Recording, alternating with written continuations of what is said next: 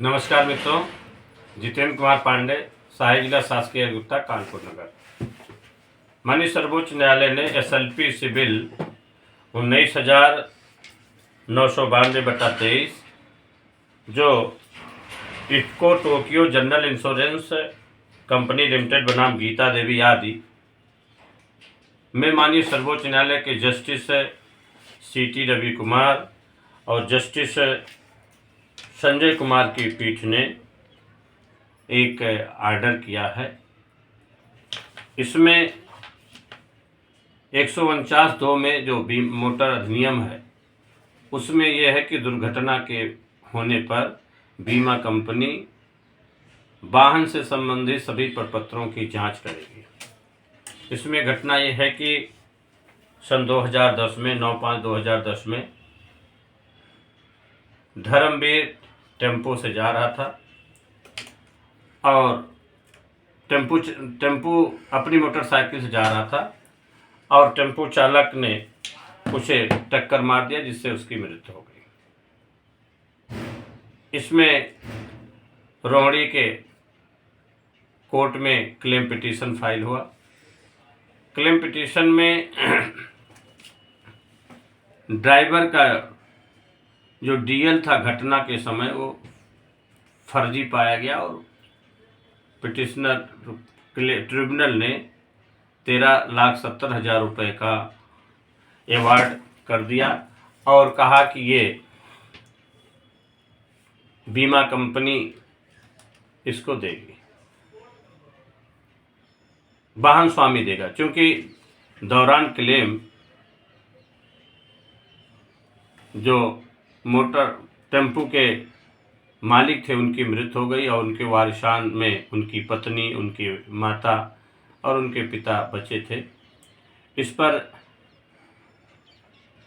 Delhi high court ने ये कहते हुए कि जो नियोक्ता था जिसको टेम्पो चालक ने नियुक्त किया था उसका ड्राइविंग लाइसेंस फर्जी है, ये जिम्मेदारी वाहन स्वामी की नहीं थी, क्योंकि जब वाहन स्वामी ने ड्राइवर लाइसेंस लिया उसमें लाइसेंस उसने जांच किया। बाद में आगे ड्राइविंग लाइसेंस उसका कैसे था, फेक था, फर्जी था, ये घटना के समय बीमा कंपनी को इसकी जांच करानी चाहिए थी और बीमा कंपनी ने मोटर व्हीकल एक्ट की धारा 149(2) में वो कार्रवाई पूरी नहीं की। इसलिए दिल्ली हाई कोर्ट ने कहा कि जो वाहन स्वामी था वो उसे क्लेम देने का अधिकारी नहीं है। इस पर इंश्योरेंस कंपनी माननीय सर्वोच्च न्यायालय में पिटीशन फाइल किया और माननीय सर्वोच्च न्यायालय ने सुप्रीम कोर्ट के कई केसों का हवाला देते हुए उसमें जैसे उन्होंने Ramcharan Singh versus SCC 2018 supreme court में ये कहते हुए कि बीमा कंपनी को ही किसी ड्राइवर की घटना होने पर उसका पेपर फर्जी है कि नहीं, उसका वेरिफिकेशन बीमा कंपनी को ही कराना चाहिए। और उन्होंने माननीय दिल्ली उच्च न्यायालय का जो निर्णय था उस निर्णय को सही मानते हुए ये कहा कि ये बीमा कंपनी अगर ड्राइविंग लाइसेंस फेक भी है तो वो क्लेम पिटीशन भरने की उत्तरदायी है और उसे क्लेम पिटीशन देने के लिए आदेश कर दिया।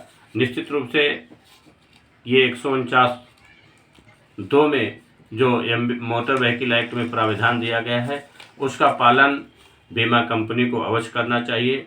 ये रूलिंग बहुत ही उन वाहन स्वामियों के लिए भी है जो वाहन स्वामी कभी कभी फेक ड्राइविंग लाइसेंस के आधार पर वाहनों को संचालित कराते हैं, जिससे घटना होने के बाद पिटिशनर को क्लेमेंट को क्लेम मिलने में असुविधा होती है।